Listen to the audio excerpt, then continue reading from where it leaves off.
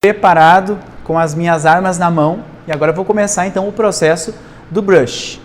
Uma coisa muito importante, na hora de eu fazer a escova, jamais eu vou raspar a ponta do secador diretamente no fio do cabelo, encostando, sabe? Porque isso eu agrido diretamente o que? A cutícula.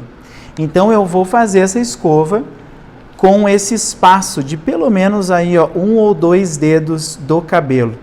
O ar ele vai passar pelos fios, vai secar esse resto ainda que falta de umidade e já começa o processo de modelação dos fios.